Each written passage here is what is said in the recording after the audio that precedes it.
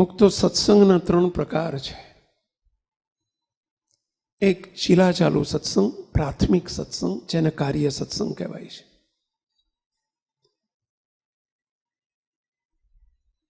મંદિરો, સમૈયા, ઉત્સવ, સભાઓ, સંતો, હરિભક્તો, જેને સ્થૂળ સત્સંગ કહેવાય છે.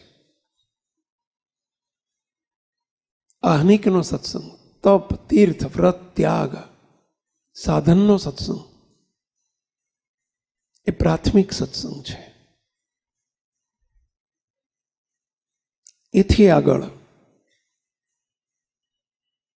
બીજો મધ્યમ સત્સંગ છે, અને એથી આગળ ઉત્તમ અને શ્રેષ્ઠ સત્સંગ છે. સત્સંગના 3 પ્રકાર છે. આજ સુધી આપણે 2 સત્સંગના પ્રકાર સાંભળ્યા છે, કાર્ય સત્સંગ અને કારણ સત્સંગ. પરંતુ આજે 3 સત્સંગનો ઉલ્લેખ થઈ રહ્યો છે. એક પ્રાથમિક સત્સંગ, એક મધ્યમ સત્સંગ, એક ઉત્તમ સત્સંગ. પ્રાથમિક સત્સંગ એટલે આ બધું જે આપણે કરીએ છીએ, માળા ને તપ ને જપ ને પૂજા ને વ્રત ને યજ્ઞ ને દાન ને સમૈયા ને ઉત્સવ ને બાળ સભા ને કિશોર સભા ને પૂનમની સભા ને શિબિરો ને, આ બધો પ્રાથમિક સત્સંગ કહેવાય. સ્થૂળ સત્સંગ, દેખાતો સત્સંગ, સાધનનો સત્સંગ, કાર્ય સત્સંગ બીજી ભાષામાં કહીએ તો.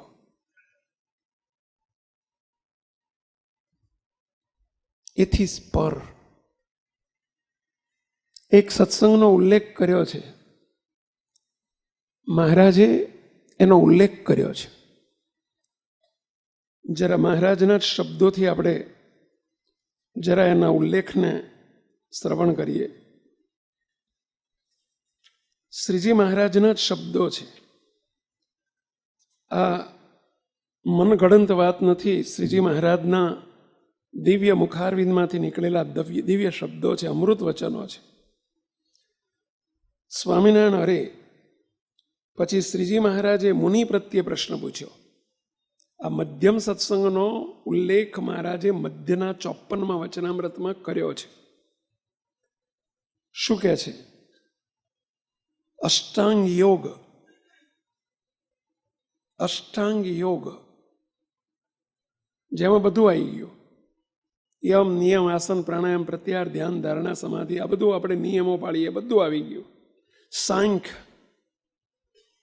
ભગવાન સિવાય બધું ખોટું કરી નાખવું, એને સાંખ્ય કહેવાય. તપ, એકાદશી આદિ વ્રત કરીએ છીએ, તપ કહેવાય. ત્યાગ, તીર્થ, વ્રત, યજ્ઞ અને દાનાદિક, દાન આદિક, આ જે કંઈ આપણે બધું સમય ઉત્સવ બધું આમાં આવી ગયું. આ બધી પ્રાથમિકતા છે. એ બધા સાધને કરીને પણ એણે કરીને હું જેવો વશ થતો નથી, હું જેવો વશ થતો નથી, એવો સત્સંગે કરીને વશ થઉં છું. એનો અર્થ કે આ આગળ કીધું એ સત્સંગ નહીં. હવે જે સત્સંગનો ઉલ્લેખ કરે છે ને મહારાજ,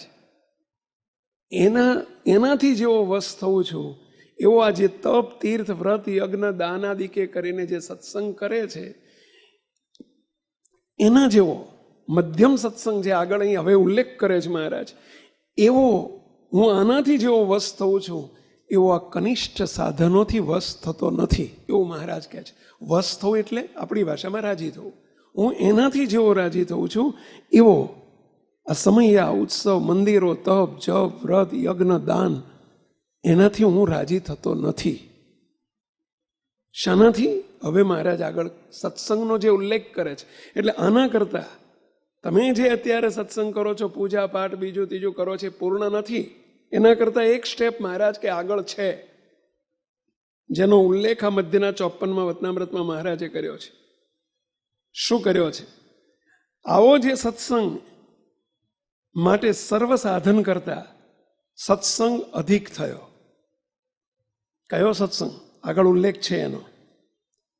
સત્સંગ તે અધિક થયો, તે જેને સર્વે સાધન થકી સત્સંગ અધિક જણાતો હોય.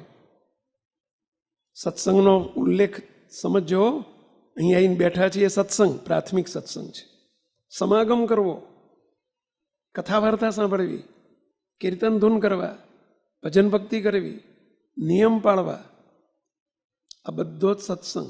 પણ એના કરતાં એક શ્રેષ્ઠ પગલું, એક ચડિયાતું પગલું, ચડિયાતો સત્સંગ, મધ્યમ પ્રકારનો સત્સંગ, જેનો ઉલ્લેખ અહીં મધ્યના 54માં વચનામૃતમાં મહારાજ કરે છે. શું કહે છે? જેને આવો સત્સંગ અધિક જણાતો હોય તે પુરુષના કેવા લક્ષણ હોય. પછી જેને જેવું સમજાણું તેવું તેણે કહ્યું, પણ યથાર્થ ઉત્તર ન થયો. પછી શ્રીજી મહારાજ બોલ્યા. જો મહારાજ પોતાનો ઉત્તર કરવો છે ને, એટલે સંતોએ ઉત્તર ન કર્યો, આપણે એવું સમજવાનું, સંતો નહોતું આવડતું એવું નહીં. પછી શ્રીજી મહારાજ બોલ્યા, જેને ભગવાનને ભગવાનના મોટા સંત તેને વિશે આત્મબુદ્ધિ છે, આત્મબુદ્ધિરૂપી સત્સંગ, આત્મબુદ્ધિરૂપી સત્સંગ એને મધ્યમ કીધો છે. એનાથી આગળ હજુ એક સત્સંગ છે જેને છેલ્લાના 39માં ઉલ્લેખ થયો છે.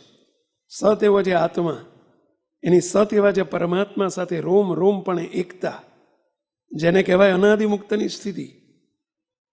પરંતુ પ્રાથમિક સત્સંગથી શ્રેષ્ઠ સત્સંગ સુધી પહોંચવા માટે, જેમ 8માંથી 10માં જવા માટે 9મું ધોરણ ભણવું ફરજિયાત છે, કમ્પલસરી ભણવું પડે. અમેરિકામાં હોય તોય ભલે અને ઇન્ડિયામાં હોય તોય ભલે. એમ જેના પ્રાથમિક સત્સંગથી અનાદિમુક્તની સ્થિતિ પામવારૂપી સત્સંગ સુધી પહોંચવું હોય, જેને આપણે કારણ સત્સંગ કહીએ છીએ, તો વચ્ચે આ એક મધ્યમ પ્રકારનો સત્સંગ, એક લિંક રૂપી સત્સંગ, કડીરૂપી સત્સંગ, જેને મધ્યના 54માં મહારાજે કહ્યો છે, ત્યાં જવું ફરજિયાત છે. શું એને રૂપ આપ્યું? ભગવાનને ભગવાનના મોટા સંતને વિશે જેને આત્મબુદ્ધિ છે, આત્મબુદ્ધિ રૂપી સત્સંગને અહીં મધ્યમ સત્સંગ કયો છે. મોટા પુરુષને વિશે આત્મબુદ્ધિ, જીવનપણું, મોટા પુરુષ સાથે જીવનપણું. પછી મહારાજે રૂપ બતાવે છે, સામાન્ય રૂપ બતાવ્યું છે આત્મબુદ્ધિને સમજવા માટે. શું કહે છે? જેમ કોઈ રાજા હોય અને તે વાંઝિયો હોય ને પછી ઘડપણમાં દીકરો આવે, પછી એ છોકરો એને ગાળો દે, મૂછો તાણે. પહેલાના રાજા મૂછો રાખતા હતા ને, એટલે હવે અત્યારે તો રાજાને શું મૂછો હોય જ તાણે ને છોકરો. પરંતુ એ છોકરો એને મારે, ઘડપણમાં દીકરો આવે તે છોકરો તે ગાળો દે, મૂછો તાણે, તો પણ તેનો અભાવ આવે નહીં. કોનો? દીકરાનો. રાજાનો અભાવ ના આવે. સાલંગ કાઢી મૂકો, ચલો ઘરમાં કાઢી મૂકે, પેલા અભાવ આવે નહીં. અરે કોઈકના છોકરાને મારી આવે તથા ગામમાં અનીતિ કરી આવે તો પણ કોઈ રીતે તેનો અવગુણ આવે નહીં. શા માટે? જે રાજાને પોતાના દીકરાને વિશે આત્મબુદ્ધિ થઈ ગઈ છે. અહીં આત્મબુદ્ધિ શબ્દ વાપર્યો છે કારણ કે પાછળ આત્મબુદ્ધિને પુષ્ટિ આપી છે ને, એટલે. પણ આને આત્મબુદ્ધિ ના કહેવાય, આને દેહાત્મ બુદ્ધિ કહેવાય. દેહીને દેહના સંબંધી સાથે જે પ્રીતિ એને દેહાત્મ બુદ્ધિ કહેવાય, અને મોટા પુરુષ સાથે પ્રીતિ એને આત્મબુદ્ધિ કહેવાય. ગમે એટલો એને બોલો મારે, તોફાન કરે, મસ્તી કરે, ગામના છોકરામાં ગમે એટલો અનીતિ કરી આવે, અધર્મ કરી આવે, ચોરી કરી આવે, તો એને પોતાના દીકરાનો અવગુણ આવતો નથી. કારણ કે એને મમત્વ છે, આ મારો દીકરો છે, એની સાથે એને જીવનપણું છે, એની સાથે દેહાત્મ બુદ્ધિ થઈ ગઈ છે. એવી રીતે જેને ભગવાનના ભક્તને વિશે, અહીં ભક્તનો ઉલ્લેખ ટીકામાં કર્યો છે. ભક્ત એટલે મોટા પુરુષ. અહીં ટીકામાં બાપાએ કહ્યું છે, જેને ભગવાનના એવા મોટા પુરુષને વિશે આત્મબુદ્ધિ થાય છે કે મોટા પુરુષનો ક્યારેય પણ સંકલ્પ ન ઉઠે, એનો અવગુણ ના આવે. જેમ પોતાના દીકરા 7 ખોટનો દીકરો હોય, એમ મહારાજ અને મોટા પુરુષ અનંત જન્મના અંતે મળ્યા છે. ભાઈ કેટલા મોંઘા છે એ સોંઘા નથી. દીકરો તો અનંત જન્મમાં થયો છે, પણ મહારાજને મહારાજના મળેલા મોટા પુરુષ, એનો ક્યારેય સંકલ્પ ન ઉઠે, એનો અવગુણ ના આવે, એને વિશે દોષ બુદ્ધિ ના આવે, સંશય ન થાય. એને કહેવાય આત્મબુદ્ધિ. એવી આત્મબુદ્ધિ થાય છે તેણે જ સર્વે સાધન થકી અધિક કલ્યાણકારી સત્સંગને જાણ્યો છે. આ રૂપી સત્સંગ, આત્મબુદ્ધિ રૂપી સત્સંગ.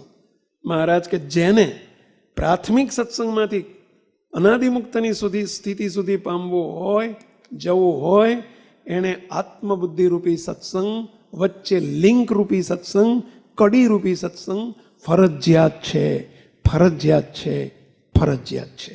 અને પછી મહારાજ એક બહુ અદ્ભુત શબ્દ બોલ્યા છે, બહુ અદ્ભુત શબ્દ બોલ્યા છે. શું? મહારાજ સંસ્કૃતમાં શ્લોક બોલ્યા છે, યસ્યાત્મ બુદ્ધિ કુણપૈત્રી ધાતુ, એમ કરીને મહારાજ એક શબ્દ બોલ્યા છે, સ એવ ગોખરઃ, સ એવ ગોખરઃ. પછી બાપાશ્રી એનો ઉત્તર કર્યો છે ટીકામાં, ત્યાંથી સાંભળજો, કારણ કે આપણે બધા સંસ્કૃત ભણેલા નહીં એટલે આપણે થોડુંક બાપાશ્રીના બેઠા શબ્દોને પકડીએ કે એનો અર્થ શું થાય, સંસ્કૃતનો એ શ્લોકનો અર્થ શું થાય. એવી રીતે સત્પુરુષને વિશે જેને આત્મબુદ્ધિ નથી થઈ, સત્પુરુષને વિશે આત્મબુદ્ધિ એટલે પોતાપણાની બુદ્ધિ, આત્મબુદ્ધિ એટલે જીવનપણું, આત્મબુદ્ધિ એટલે ખોવાઈ જવું એ સ્વરૂપમાં, આત્મબુદ્ધિ એટલે એમના સ્વરૂપમાં ડૂબી જવું.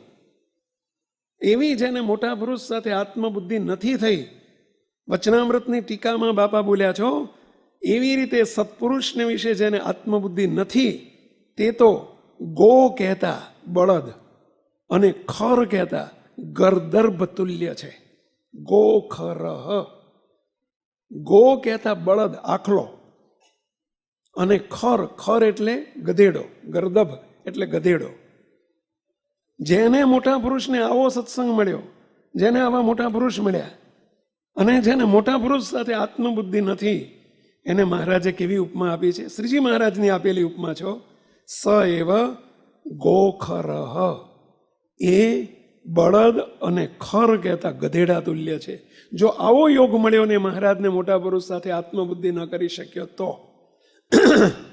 મુક્તો કેટલું બધું આત્મબુદ્ધિનું મહત્વ, ઇમ્પોર્ટન્સ મહારાજે આ મધ્યના 54માં વચનામૃતમાં બતાવ્યું છે. હવે આ કહેવાય મધ્યમ સત્સંગ. અને હજુ આની પાછળ છે ઉત્તમ સત્સંગ, મૂર્તિમાં રહેવારૂપી સત્સંગ, અનાદિમુક્તની સ્થિતિ પામ્યાનો સત્સંગ. પણ એ ત્યાં સુધી ક્યારે પહોંચાય કે એવા સત્પુરુષ મળે અને સત્પુરુષ સાથે આત્મબુદ્ધિ થાય તો જ અનાદિની સ્થિતિ થાય, નહીંતર શક્ય જ નથી, શક્ય જ નથી, શક્ય જ નથી. એવું પ્રથમના 54માં મહારાજ બોલે છો.